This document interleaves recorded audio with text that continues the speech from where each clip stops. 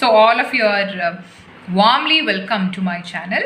And ഞാൻ actually IELTS പറ്റിയിട്ട് തന്നെ ഇങ്ങനെ ഒരു ചാനൽ സ്റ്റാർട്ട് ചെയ്തതിൻ്റെ റീസൺ ഇസ് ദാറ്റ് ഒരുപാട് പേർക്ക് എൻ്റെ അടുത്ത് ഇങ്ങനെ റിക്വസ്റ്റ് FBയിലും ഇൻസ്റ്റയിലൊക്കെ ഇങ്ങനെ ഒരുപാട് പേര് ചോദിച്ചായിരുന്നു ദാറ്റ് IELTS ടിപ്സ് ആൻഡ് ടെക്നിക്സിനെ പറ്റിയിട്ടും speaking especially vocabulary type of sentences നമ്മൾ യൂസ് ചെയ്യുന്നത് ആൻഡ് ഓരോ മൊഡ്യൂൾസിനെയും പറ്റിയിട്ടുള്ള ഒരു ഡീറ്റെയിൽഡ് ഡിസ്ക്രിപ്ഷൻ ഒന്ന് പ്രൊവൈഡ് ചെയ്യാമോ എന്ന് കുറേ ഫ്രണ്ട്സും അല്ലാതെ IELTS കുറേ ആസ്പിറൻസും ഒക്കെ എൻ്റെ അടുത്ത് റിക്വസ്റ്റ് ചെയ്തിട്ട് കുറേ നാളായി. Actually I was very busy with my schedules, അതുകൊണ്ടാണ് എനിക്ക് ഇടാൻ പറ്റാതെ പോയത്. So with all due respects to those people, ഞാൻ അങ്ങനെ ഇന്നലെയാണ് ഈ ചാനൽ സ്റ്റാർട്ട് ചെയ്തിട്ടുള്ളത്. ബേസിക്കലി എൻ്റെ ഈ ഒരു യൂട്യൂബ് ചാനലിൻ്റെ ഇൻറ്റൻഷൻ എന്ന് പറയുന്നത് to give as much of tips and techniques to those people who badly require IELTS support. ഞാൻ IELTS എടുത്ത് പറയുന്നത് കൂടുതലും IELTSകാർക്കുള്ള കണ്ടന്റ് ആയിരിക്കും എൻ്റെ ഈ ചാനൽ ഞാൻ അപ്ലോഡ് ചെയ്യുന്നത്. ലൈക്ക് അവരുടെ മൊഡ്യൂൾസും അതിൻ്റെ ഡീറ്റെയിൽസും ഒക്കെ ആയിരിക്കും വരുന്നത്. And for English learners also നിങ്ങൾക്കും സെപ്പറേറ്റ് ആയിട്ടുള്ള വീഡിയോസ് ഞാൻ അപ്ലോഡ് ചെയ്യുന്നതായിരിക്കും. Primarily this is meant for IELTS people, so that നിങ്ങൾക്ക് അഡ്വാൻസ്ഡ് ലെവൽ വരെ പഠിച്ചു പോകാൻ പറ്റും. സോ കമ്മിങ് ബാക്ക് ടു ഈ IELTS എന്ന് പറയുമ്പോൾ എന്താണ് ഈ IELTS എന്ന് അറിഞ്ഞൂടാത്ത കുറേ ആളുകൾ കാണാം, അറിയാവുന്ന കുറേ പേരുണ്ട് സബ്സ്ക്രൈബേഴ്സ്. എന്നിരുന്നാലും ഇത് എന്താണ്, അല്ലെങ്കിൽ ഇതിൻ്റെ ക്രൈറ്റീരിയ എന്താണ്, IELTSൻ്റെ വാലിഡിറ്റി എന്താണ്, ഇതിൻ്റെ ഫുൾ ഫോം എന്താണ്, ഈ IDP ബ്രിട്ടീഷ് കൗൺസിൽ എന്ന് പറഞ്ഞാൽ എന്താണ്, എത്രയാണ് ടെസ്റ്റ് ഫീസ്, ആർക്കൊക്കെ എഴുതാൻ പറ്റും, ഇതിന് എലിജിബിലിറ്റി ക്രൈറ്റീരിയ ഉണ്ടോ, സർട്ടിഫിക്കറ്റ് എക്സ്പയർ ആവുമോ, അങ്ങനെ ഒരുപാട് കൺഫ്യൂഷൻസ് വെച്ചിട്ട് ഇഷ്ടംപോലെ ആളുകൾ എനിക്ക് FBയിലും ഇൻസ്റ്റയിലൊക്കെ മെസ്സേജ് ചെയ്യാറുണ്ട്. സോ അതിനുള്ളൊരു എല്ലാത്തിൻ്റെയും ഒരു റിപ്ലൈ തന്നിട്ടുള്ള ഒരു ഇൻട്രൊഡക്ഷൻ വീഡിയോ ആയിരിക്കും ഇത്. ആൻഡ് ഇന്ന് ഞാനിപ്പോൾ ജസ്റ്റ് ആ ഡൗട്ട്സ് എല്ലാം ക്ലാരിഫൈ ചെയ്ത് എന്താണ് IELTS, എങ്ങോട്ടേക്കാണ് IELTS എഴുതുന്നത് എന്നൊക്കെ ഡീറ്റെയിൽ ആയിട്ട് ഞാൻ പറഞ്ഞു തരാം. സോ IELTS എന്ന് വെച്ചാൽ ഇൻ്റർനാഷണൽ ഇംഗ്ലീഷ് ലാംഗ്വേജ് ടെസ്റ്റിംഗ് സിസ്റ്റമാണ്. പല ആളുകളും ഇത് തെറ്റിദ്ധരിച്ചിട്ട് international English language training system എന്ന് വിചാരിക്കാറുണ്ട്, വിച്ച് ഇസ് റോങ്. ആക്ച്വലി നമുക്കൊരിക്കലും പരീക്ഷയ്ക്ക് ഫീസ് അടച്ച് ട്രെയിനിങ് അവർ തരത്തില്ല. It will be a testing system only. So IELTS നമ്മൾ എഴുതുന്നത് നോൺ നേറ്റീവ് ഇംഗ്ലീഷ് സ്പീക്കേഴ്സാണ്. അതായത് ഓസ്ട്രേലിയ, കാനഡ അല്ലെങ്കിൽ അയർലൻഡ് പോലെയുള്ള ഇതിനുണ്ട് കൺട്രീസ്, ഞാൻ ഫോർ എക്സാമ്പിൾ പറഞ്ഞതാണ്. സോ ഓസ്ട്രേലിയ, കാനഡ, അയർലൻഡ് പോലെയുള്ള കൺട്രീസിലുള്ളവരുടെ സ്വാഭാവികമായിട്ടും മദർ ടങ് എന്ത് തന്നെയാണ്, ഇംഗ്ലീഷാണ്.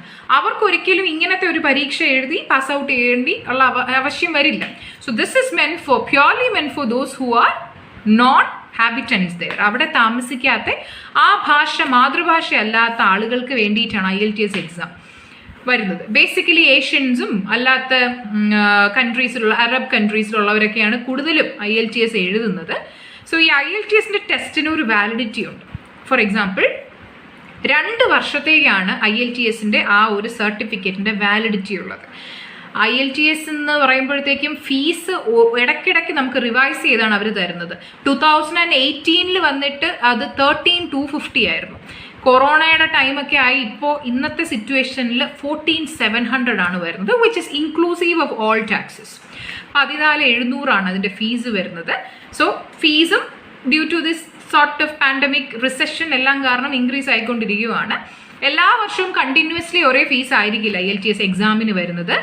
ആൻഡ് മൊറോവർ IELTSനെ പറ്റി പറയുമ്പോഴത്തേക്കും 2 മേജർ പാർട്ട്നേഴ്സാണ് IELTS എക്സാം കണ്ടക്ട് ചെയ്യുന്നത്. അതിലൊന്ന് IDPയും മറ്റൊന്ന് വന്നിട്ട് BC ആണ്, ദാറ്റ് ഇസ് ബ്രിട്ടീഷ് കൗൺസിൽ. അപ്പോൾ പലർക്കും ഡൗട്ട് വരും, ഇത് IDP ആണോ വാലിഡ്, ഇല്ല BC ആണോ വാലിഡ്, ഇതിലേത് എഴുതിയാലായിരിക്കും നമുക്ക് കുറച്ചുകൂടി what to say exam easy ആവുന്നത്, ഏത് എഴുതിയാലാണ് പാസിംഗ് പെർസെൻറ്റേജ് കൂടുതൽ, അങ്ങനത്തെ ക്വസ്റ്റ്യൻസ് ഒരുപാട് പേര് ചോദിക്കാറുണ്ട്. So there is nothing like that.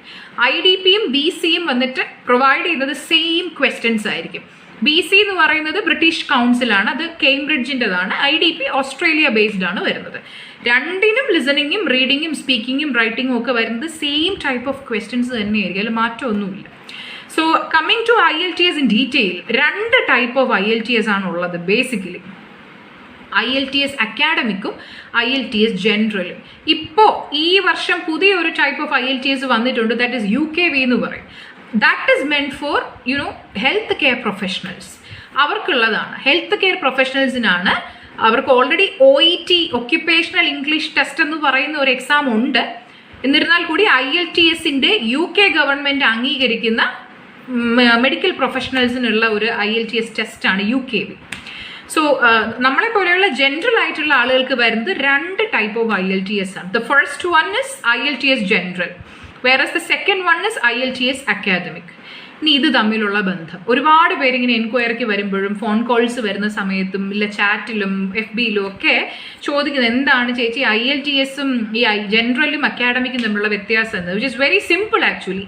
General എന്ന് പറയുന്നത് if you are planning four A PR purpose, that is അവിടെ പോയി ജോലി ചെയ്യാൻ താല്പര്യപ്പെട്ട് പോകുന്നവർക്ക് PR കിട്ടി പോകുന്നു. PR എന്ന് പറഞ്ഞാൽ പെർമനൻറ്റ് റെസിഡൻഷിപ്പ് എന്ന് പറയും, സിറ്റിസൺഷിപ്പ് അല്ല, പെർമനൻറ്റ് റെസിഡൻഷിപ്പ് എന്ന് പറയും അതിന്. അതായത് നമുക്ക് അവിടെ പോയി സ്റ്റേ ചെയ്ത് അവിടുത്തെ രാജ്യത്ത് ജോലി ചെയ്ത് ക്യാഷ് ഉണ്ടാക്കാം, നമുക്ക് അവിടെ സെറ്റിൽ ചെയ്യാം PR ആയിട്ട്. സിറ്റിസൺഷിപ്പ് കിട്ടത്തില്ല.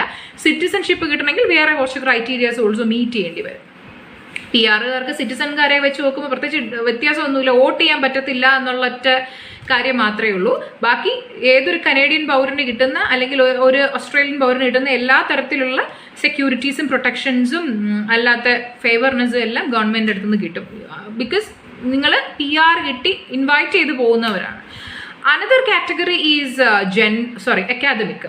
അക്കാദമിക് എന്ന് പറയുമ്പോൾ അതിൽ ബേസിക്കലി വരുന്നത് it is meant for students. അതായത് ഇവിടുന്ന് പഠിക്കാനായിട്ട് ഇൻ്റർനാഷണൽ സ്റ്റുഡൻസ് പോകുന്നതിന് അക്കാഡമിക് റിക്വയർമെൻ്റ് ആണ് വേണ്ടത്. ഇന്ത്യയിൽ നിന്ന് ഇപ്പോൾ ഒരാൾക്ക് പഠിക്കാൻ വേണ്ടിയിട്ട് കാനഡയിലോ അയർലൻഡിലോ അല്ലെങ്കിൽ വേറെ ഏതെങ്കിലും കൺട്രീസിലോട്ട് പോകണം എന്നുണ്ടെങ്കിൽ, മീൻസ് യൂറോപ്യൻ കൺട്രീസിൽ പോകണം എന്നുണ്ടെങ്കിൽ IELTS is a must nowadays. മിക്ക കൺട്രീസിലും IELTS മസ്റ്റാണ്. അവർ ചോദിക്കുന്ന band overall 6.5 with no band less than 6 എന്ന് പറയും. അതായത് IELTSന് ബേസിക്കലി 4 മൊഡ്യൂൾസ് ഉണ്ട്. ലിസണിങ്, റീഡിങ്, റൈറ്റിങ്, സ്പീക്കിങ്, ഇങ്ങനെ 4 മൊഡ്യൂൾസ് ഉണ്ട്. ഈ 4 എണ്ണത്തിലും 6-ൽ കുറയാതെ ബാൻഡ് ഉണ്ടാവുകയും വേണം. ടോട്ടൽ ആവറേജ് എടുത്ത് നോക്കുമ്പോൾ 6.5 ബാൻഡും വേണം. അതാണ് അക്കാഡമിക് എന്ന് പറയുന്നത്. ജനറൽ എന്ന് പറയുന്നത് 8.777 ആണ് എക്സ്പ്രസ് എൻട്രിക്ക് ചോദിക്കുന്നത്. നിങ്ങൾക്ക് ഫെമിലിയർ അല്ലാത്ത ഒരുപാട് ടൈപ്പ് ഓഫ് വേർഡ്സ് ഞാൻ പറയുന്നുണ്ടെന്ന് മനസ്സിലായി. IELTSന് അപ്ലൈ ചെയ്തിട്ടുള്ളവർക്ക് ഇത് മനസ്സിലാവും. എക്സ്പ്രസ് എൻട്രി എന്ന് വെച്ചാൽ നമുക്ക് പൂൾ സബ്മിഷനിൽ കിടക്കേണ്ട, അതായത് വെയിറ്റിംഗ് ലിസ്റ്റിൽ കിടക്കാതെ ഇമ്മീഡിയറ്റ്ലി എന്നെ പ്രൊഫൈൽ ക്രിയേറ്റ് ചെയ്ത് കനേഡിയൻ ഗവൺമെൻറ്റിന് നമുക്ക് ഇൻവിറ്റേഷൻ തരാനുള്ള ഒരു സ്പീഡപ്പ് പ്രോസസ്സിനെയാണ് നമ്മൾ പറയുന്നത് ദാറ്റ് എക്സ്പ്രസ് എൻട്രി എന്ന് പറയുന്നത്.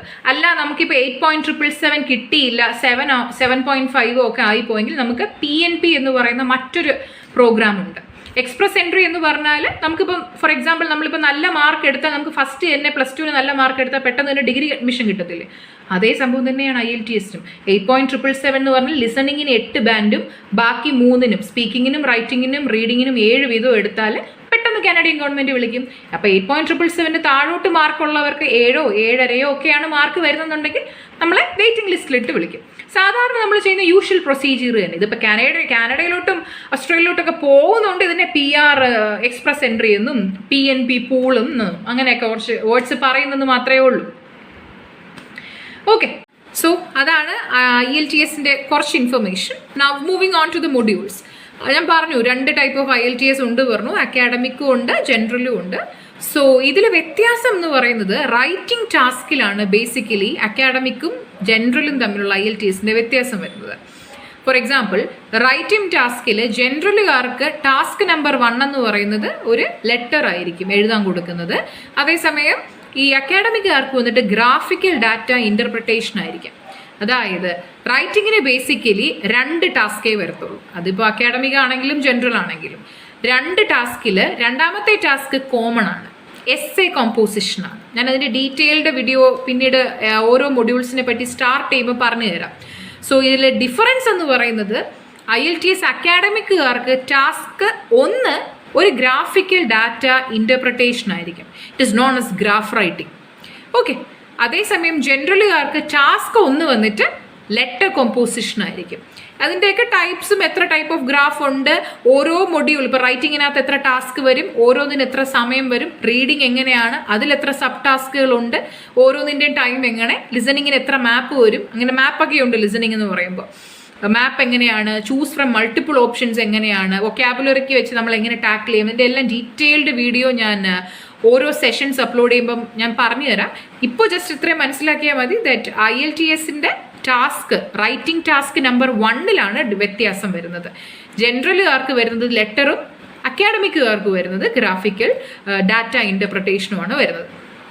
ഓക്കെ, മൊത്തത്തിൽ 3 hours നമ്മുടെ മൊത്തം ടോട്ടൽ IELTS കഴിയും എക്സാം. അതിൽ സ്പീക്കിംഗ് ആണ് ഏറ്റവും less number of time consume ചെയ്യുന്ന ഒരു മൊഡ്യൂൾ. ബിക്കോസ് ഹാർഡ്ലി 10 to 15 വരത്തുള്ളൂ, ഇൻക്ലൂസീവ് ഓഫ് വെരിഫിക്കേഷൻ. അതിൽ ഓരോന്നിനെ പറ്റി ഞാൻ ഡീറ്റെയിൽ ചെയ്ത് പറഞ്ഞു തരാം. As I have already told you, ഓരോ സെഷൻസിനെ പറ്റിയും ഇൻഡിവിജ്വൽ വർക്ക്ഔട്ട് സെഷൻസും ഡിസ്ക്രിപ്റ്റീവ് സെഷൻസും ഡിസ്കഷൻ സെഷൻസും ഒക്കെ ഉണ്ടാവും. സോ ആ ടൈമിൽ ഞാൻ ഡീറ്റെയിൽ ഡിസ്ക്രിപ്ഷൻ ചെയ്ത് പറഞ്ഞു തരാം. ഞാനിപ്പോൾ ജസ്റ്റ് എങ്ങനെയാണ് അത് വ്യത്യാസപ്പെട്ടിരിക്കുന്നതെന്ന് പറയാൻ വേണ്ടി ചെയ്തു എന്നേ ഉള്ളൂ. സോ 3 മണിക്കൂർ കൊണ്ടാണ് നമ്മുടെ IELTS ടെസ്റ്റ് തീരുന്നത്. ആൻഡ് അക്കാഡമിക് സ്റ്റുഡൻസിന് as I have told you overall 6.5 ആണ് അവർക്ക് റിക്വയർ ചെയ്യുന്ന ബാൻഡ് ഉണ്ട് കേട്ടോ. ചില കൺട്രീസ് ഉണ്ട് അവർക്ക് ഇപ്പോൾ 5.5 മതി എന്ന് പറയുന്ന കൺട്രീസും ഉണ്ട്. ആൻഡ് ബട്ട് സേഫ് എന്നൊക്കെ പറഞ്ഞ് 6.5 ആണ്. ആൻഡ് 7 ഒക്കെ നമ്മൾ സ്കോർ എടുക്കുവാണ്, ഓവറോൾ സ്കോർ 7 എടുക്കുവാണ് with no band less than 6 അല്ലെങ്കിൽ 6.5 ഒക്കെ എടുക്കുകയാണെന്നുണ്ടെങ്കിൽ നിങ്ങൾ അപ്ലിക്കേഷന് ചെയ്യുന്ന സമയത്ത് യൂണിവേഴ്സിറ്റിക്ക് അപ്ലിക്കേഷൻ അയക്കുന്ന സമയത്ത് അപ്ലിക്കേഷൻ ഫീ നിങ്ങൾക്ക് വേവ് ഓഫ് ചെയ്ത് കിട്ടും. മീൻസ് അപ്ലിക്കേഷൻ ഫീ നിങ്ങൾ കൊടുക്കണ്ട. അങ്ങനെയൊക്കെ കുറച്ച് കുഞ്ഞു കുഞ്ഞു ഇളവുകളൊക്കെ നമ്മൾ എത്രത്തോളം ബാൻഡ് എടുക്കുന്നു അത്രത്തോളം കൂടിയിരിക്കും. So that's all about IELTS modules as well as timing details about IELTS and all. എന്തെങ്കിലും ഡൗട്ട്സ് ആൻഡ് എന്തെങ്കിലും പ്രോബ്ലംസ് നിങ്ങൾക്ക് എന്തെങ്കിലും അറിയണം എന്നുണ്ടെങ്കിൽ just message me in the comment box. Okay, ഞാൻ നിങ്ങൾക്ക് ഓരോരുത്തർക്കും individually I will give you the reply. And tomorrow will be having the reading session of IELTS. എന്താണ് റീഡിംഗ് സെഷൻ, എത്ര ചോദ്യങ്ങൾ വരാം, എത്രയൊക്കെ ടൈപ്പിൽ ചോദ്യങ്ങൾ വരാം. എൻ്റെ പല ബ്രില്യൻ സ്റ്റുഡൻസിന് പോലും ഇങ്ങനെ ഒരു ചെറിയ 1-2 മാർക്കിനൊക്കെ കൺഫ്യൂഷൻസ് വന്നു പോയിട്ടുള്ളവരുണ്ട്. So detailed description with respect to all the reading session. നമുക്ക് കുറേ പാരഗ്രാഫിന് ടൈറ്റിൽ കൊടുക്കാനുള്ളതുണ്ട്. പാസേജ് എന്നിട്ട് അത് ട്രൂ ആണോ ഫോൾസ് ആണോ നോട്ട് ഗിവൺ ആണോ ഗ്രേഷ്യസ്, അത് ഒരുപാട് പേർക്ക് തെറ്റിപ്പോകുന്ന ഒരു ചെറുതല്ലാത്ത ഒരു വലിയ പോർഷനാണ്. ബിക്കോസ് 1 മാർക്ക് പോകുമ്പോഴത്തേക്കുമാണ് അതിൻ്റെ ടൈറ്റ്നെസ് നമ്മൾ മനസ്സിലാക്കുന്നത്. സോ നാളെ നമുക്ക് റീഡിങ്ങിൻ്റെ ഒരു ഡീറ്റെയിൽഡ് സെഷൻ ഉണ്ടായിരിക്കുമേ. Okay, so till then, thank you, take care. If you have any doubts, please do comment on the box, I'll reply. Okay, thank you so much.